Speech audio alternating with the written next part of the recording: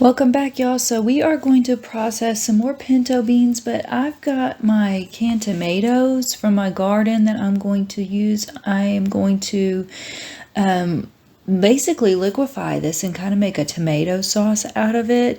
These are going to be a little bit more spicier. These are going to be for like my enchiladas or things like that, or a side dish. So what I'm going to do is I'm going to put this in the processor and blend this up pretty good.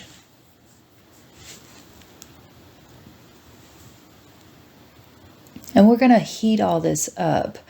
So everything needs to be heated up. You need to have your canner hot. This is going to be pressure canned. My tomato base is going to be heated up. Also, your pinto beans, this is pinto beans and onions. I soaked these overnight. You can see the discoloration of the water. We're going to drain and rinse. And then I'm going to add these beans to the tomato sauce. And we'll just give it a little stir here and heat this up. So in addition, we're going to need some extra water. So let's give this some flavoring. This is just going to be some chicken broth, some chicken bouillon. And I'm going to add in about half a cup here because I don't want to overdo it on the sodium and saltiness, because we do need to add our preservative, our sea salt or our kosher salt. I like to use sea salt a lot, so you guys will see me using my sea salt quite a bit. Okay, so I'm adding about a quarter cup of sea salt to this. This is probably about 2 gallons of water. Give this a nice little mix and we'll get this cranked up and heating and cooking as well. So right here, I'm going to inspect the pressure canner, the lid. I'm going to check the safety valve, the rubber seal, the vent pipe. What I like to do is hold up the lid to the light to make sure the vent pipe is free and clear of any debris. The safety valve here, I like to kind of give it a little twist and, during washing, make sure it didn't get stuck or anything to the lid.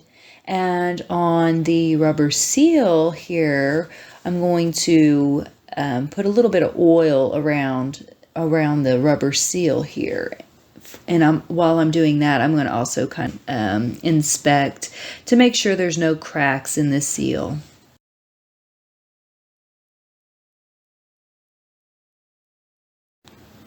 And for this process, I'm using pints, and everything has been sanitized. The jars are hot.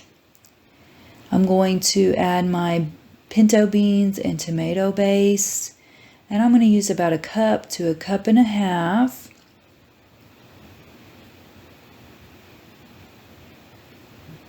Grab my chicken broth, and I'm going to go ahead and pour that in there. Of course, the chicken broth is hot as well. Everything, when we're hot packing, make sure everything is hot so our jars do not break.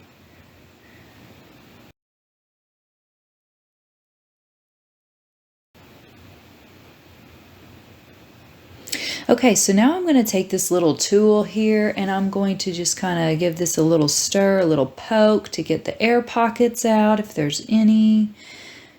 Try not to forget some of these processes here.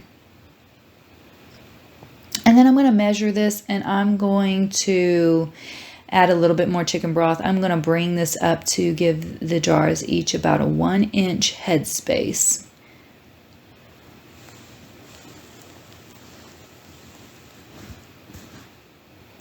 I'm adding the rings. I did forget to video. I used just warm water to wipe down the rims, make sure there's nothing on there on the rims to keep these lids from sealing. These lids are sitting in warm to hot water. It softens. I think it helps soften the gum, so I like to, it says you don't have to, but I still do this. The rings are to be on finger tight, and I had to use this tool. These jars are super hot. And this thing is it's nice. It really is nice to be able to grab these jars.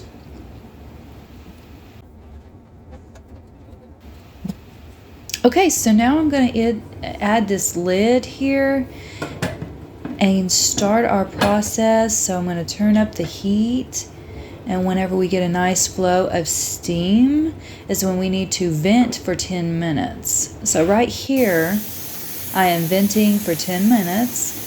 You can't really see it, the video doesn't do it justice, but I'm going to adjust this a little bit. And when we adjust the heat on our pressure canner, we do it a little bit at a time, little increments. Large movements can create siphoning and you'll lose your liquids.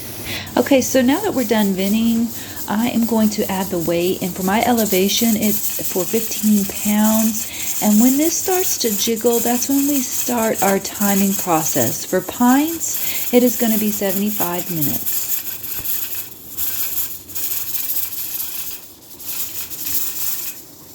And here is a few of the finished products. Thank you for watching. Happy canning.